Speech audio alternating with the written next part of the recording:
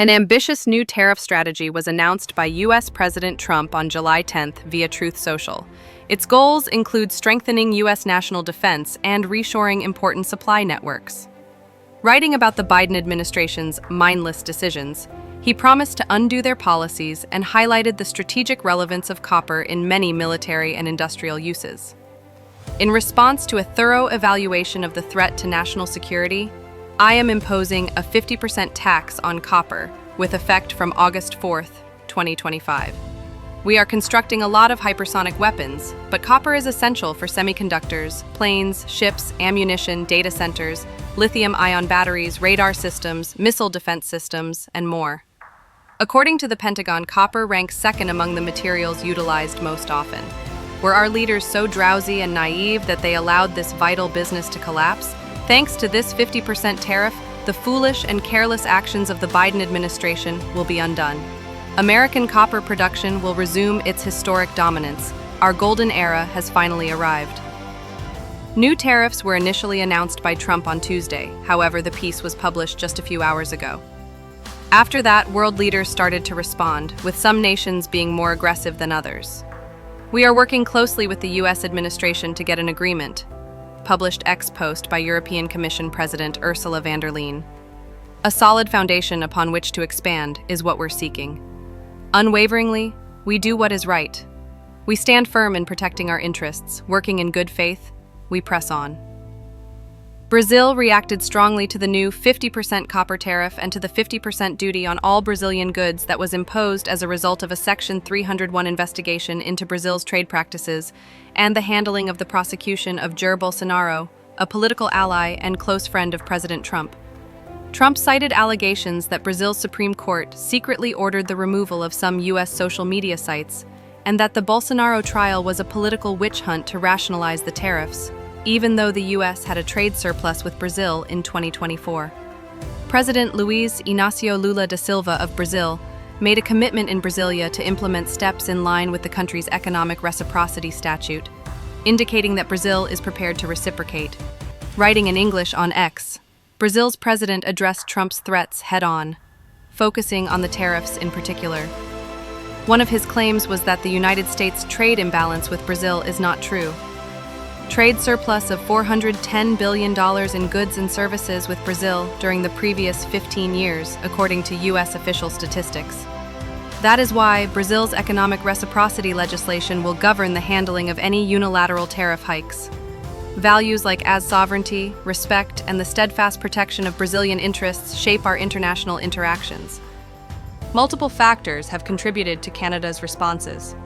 While one minister has dropped hints about a potential new South Asian trade deal, another has laid out plans to strengthen the economy and mitigate tariff effects at home. The statement made by the foreign minister should be the first stop. The foreign minister of Canada, Anita Anand, has stated her intention to swiftly obtain a free trade deal with Southeast Asian countries in order to expand Canada's economic alliances in reaction to the growing protectionism in the United States. On the fringes of an ASEAN conference in Kuala Lumpur, Anand said that Ottawa is eagerly awaiting the end of discussions with ASEAN and that conversations are ongoing. Import duties of 50% on aluminum and steel and levies on automobiles and trucks, two of Canada's most valuable products, are affecting us too, as pointed out by Anand, and we think they're unwarranted. While Canada does gain from the USMCA trade deal that was inked during President Trump's first term, she stressed that Ottawa is involved in intricate discussions with Washington to resolve the tariffs. Recognizing Canada's dedication to international commerce, Anand said that the country would maintain its support for multilateralism. This will demonstrate to the world that despite the geopolitical tensions, Canada will remain a reliable economic partner. The Canadian government official who spoke out against the tariffs made it clear that their country is not for sale. Canadian Minister of Industry Melanie Joly addressed the U.S. tariffs and their reaction during a Vancouver press conference. Canadian Minister Joly made it plain during questioning over the possibility of new U.S. tariffs that the country was preparing for a possibly turbulent time in its most vital trade relationship. The Canadian Embassy in Washington and the negotiation team in Ottawa were keeping a careful eye on every step, she said. adding that an executive order has not been seen regarding the most recent statement from the U.S. president. Although she acknowledged the role of lead negotiator Kirsten Hillman, she emphasized that the Prime Minister ultimately had the responsibility for reaching a settlement. Jolie committed to protect the businesses in Canada that are fighting back against what she saw as unfair tariffs, including the aluminum and steel industries, as well as the auto industry as a whole. But she also stressed that no public negotiations would take place. Addressing the car industry specifically, she focused on whether Ottawa would tolerate any amount of car tariffs in order to reach a deal by the impending deadline of July 21st. Protecting employment has always been our first priority, she said.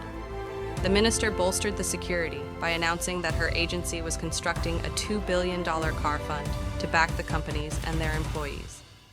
The discussions she had with the two Ontario car CEOs and with Vic Fedeli, the province's Minister of Industry, she added, shaped a pledge. With her promise, Jolie sent a message of both short-term solace and long-term planning. By encouraging automakers to source more Canadian steel and aluminum, she sent a message that Canada was ready to withstand unexpected tariff increases and even push them to fortify their supply chains. Jolie exhibited a measured level of candor when Thomas Seal of Bloomberg asked whether Canada would punish businesses that have reduced output due to current tariffs, and if any such punishments would be retrospectively enforced. According to her, we are always willing to have conversations with the automotive industry. She went on to mention that we work with Stellantis, Ford, and GM, as well as Japanese companies Honda and Toyota. From changes to the tariff remission system to zero-emission car standards, she dropped hints about a wide range of subjects being discussed, but she was mum on the specifics.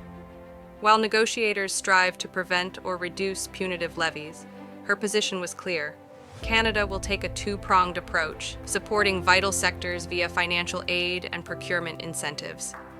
She did not sugarcoat the reality of the situation, saying only that people's lives are on the line when talking about a trade war. Canada, she maintained, could accomplish both, while negotiating, strengthen a sector and guarantee continued investment. Following the conclusion of the questions, Minister Jolie switched her attention back to the main news of the day, a massive increase in research spending with the goal of maintaining Canada's position as a world leader in science and innovation.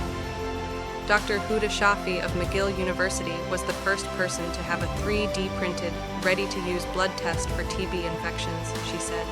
Jolie made a point of her work's potential to change the way infectious illness diagnosis is done, highlighting the practical application of groundbreaking scientific discoveries. Her focus shifted to British Columbia, where Anna Zabel Sars Fernandez is working on building energy dissipation technology frameworks. These advancements have great potential for making buildings more cost-effective to build and more resistant to natural disasters. The combined impact of these two fields, structural engineering and biological diagnostics, was striking, demonstrating how funding from the federal government may pave the way for a brighter, more secure future. Jolie emphasized that the financial architecture made these success stories possible by supporting every discipline and step of the process. As she was reminding her audience, Canada distributes approximately $600 million in discovery grants annually. These funds have already been instrumental in launching groundbreaking research in areas such as electric car batteries, quantum cryptography, and artificial intelligence. Scholarships and fellowships totaling over $365 million help support 4,700 students and young researchers.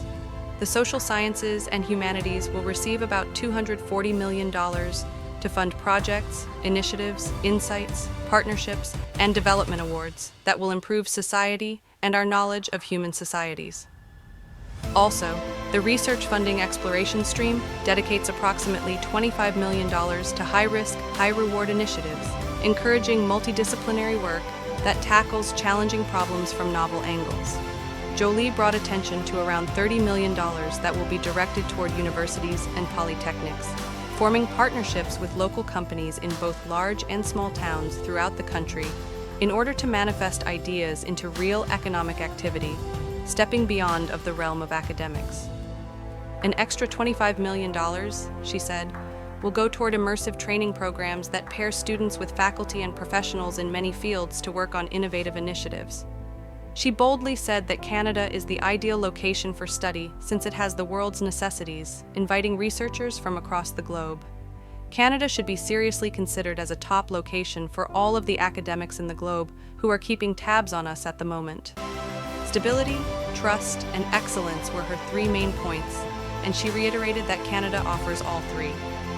The nation is very democratic, has state-of-the-art infrastructure, and has strong financial backing, and its dedication to investing in quality ensures that everything runs well. In other words, Canada is not up for grabs. She said that they were welcoming both businesses and scientists. This video concludes with that. We appreciate you taking the time to watch. There is no corporate support for our channel since we are an independent one. Continued success is dependent upon your backing. Post a like and a comment if you thought this video was helpful. Our work is discovered by more individuals. Having you as a member of our community means the world to us. Take a look at the video that opens up next. Specifically for you, we chose it.